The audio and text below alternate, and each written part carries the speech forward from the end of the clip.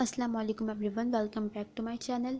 Previous videos में हमने chapter number 1 gases exchange उसको हमने कंप्लीट किया था, उसकी एक्सप्लेनेशन।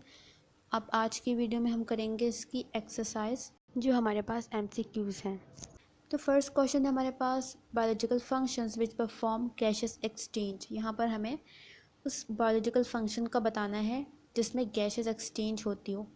फर्स्ट ऑप्शन है फोटोसिंथेसिस, सेकंड है रेस्पिरेशन, थर्ड है both A and B, D है ग्रोथ।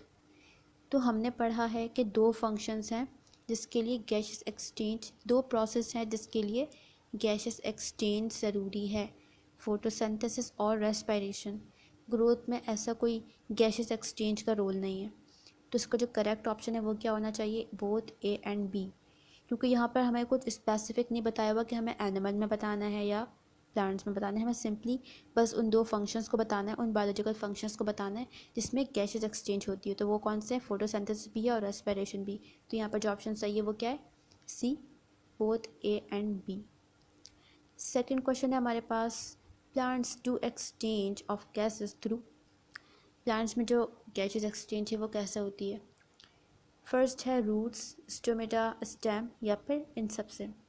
तो स्टोमेटा को तो हमें पता है कि उससे तो गैसेस एक्सचेंज होती है, लेकिन रूट्स और स्टेम, तो हमारे बुक में बात लिखी हुई है कि स्टेम और रूट्स भी गैसेस एक्सचेंज कर सकते हैं। तो यहाँ पर जो करेक्ट ऑप्शन है वो कौन सा होगा, ऑल ऑफ दीज।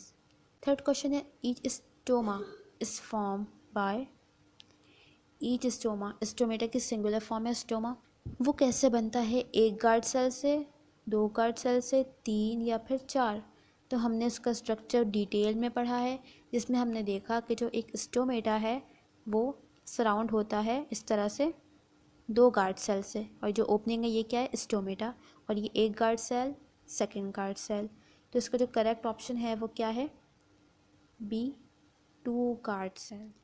नेक्स्ट है respiratory surface possesses following property. Respiratory surface क्या है, जहाँ से रेस्पिरेशन होनी है, उस जो सरफेस है उसके पास ये सारी प्रॉपर्टीज़ होनी चाहिए। फर्स्ट ऑप्शन है thin and wet, permeable, very large या फिर ऑल ऑफ दीज। तो हमने इसकी प्रॉपर्टी में पढ़ा था कि जो रेस्पिरेटरी सरफेस है उसका सबसे पहले सरफेस एरिया लार्ज होना चाहिए, परमेएबल होनी चाहिए ताकि उससे गैस मॉलिक्यूल्स पास हो सकें। इसके अलावा उसे थिन भी होना चाहिए ताकि गैसेस एक्सचेंज ईज़िली हो सके, और उसे वेट होना चाहिए ताकि जो गैस मॉलिक्यूल्स हैं वो ईज़िली वाटर में डिज़ोल्व होकर क्रॉस कर सकें सरफेस को। तो इसका भी जो करेक्ट ऑप्शन है वो क्या है, डी, ऑल ऑफ दीज। ये सारी प्रॉपर्टीज़ होनी चाहिए रेस्पिरेटरी सरफेस में। नेक्स्ट है इंस्पायरेशन इन्वॉल्व। हमने इंस्पायरेशन को पढ़ा, डिटेल में पढ़ा था, डायग्राम से समझा था। तो उसमें कौन से प्रोसेस होंगे, कॉन्ट्रैक्शन होगी इंटरकॉस्टल मसल्स की, कॉन्ट्रैक्शन होगी डायफ्राम की, इनवर्ड मूवमेंट होगी रिब्स की, या फिर बोथ ए एंड बी। तो हमने उसमें पढ़ा था कि जो मसल्स हैं उनकी होगी कॉन्ट्रैक्शन।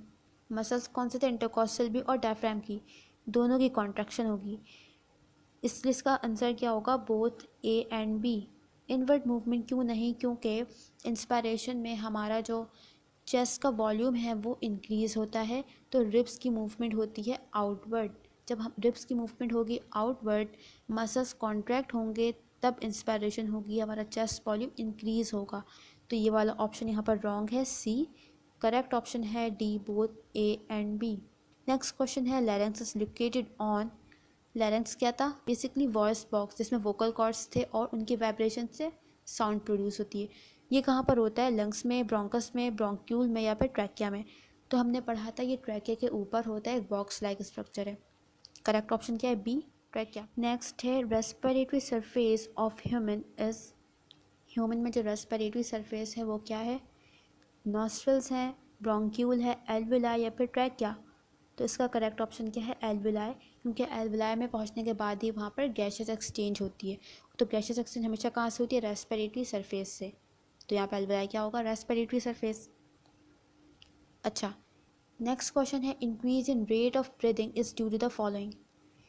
ब्रीदिंग का रेट इंक्रीज होगा किस वजह से, कार्बन डाइऑक्साइड हमारे ब्लड में ज़्यादा हो गई है इस वजह से, कम हो गई है इस वजह से, ऑक्सीजन इंक्रीज़ हो गई है ब्लड में इस वजह से, या फिर ऑक्सीजन डिक्रीज़ हो गई है।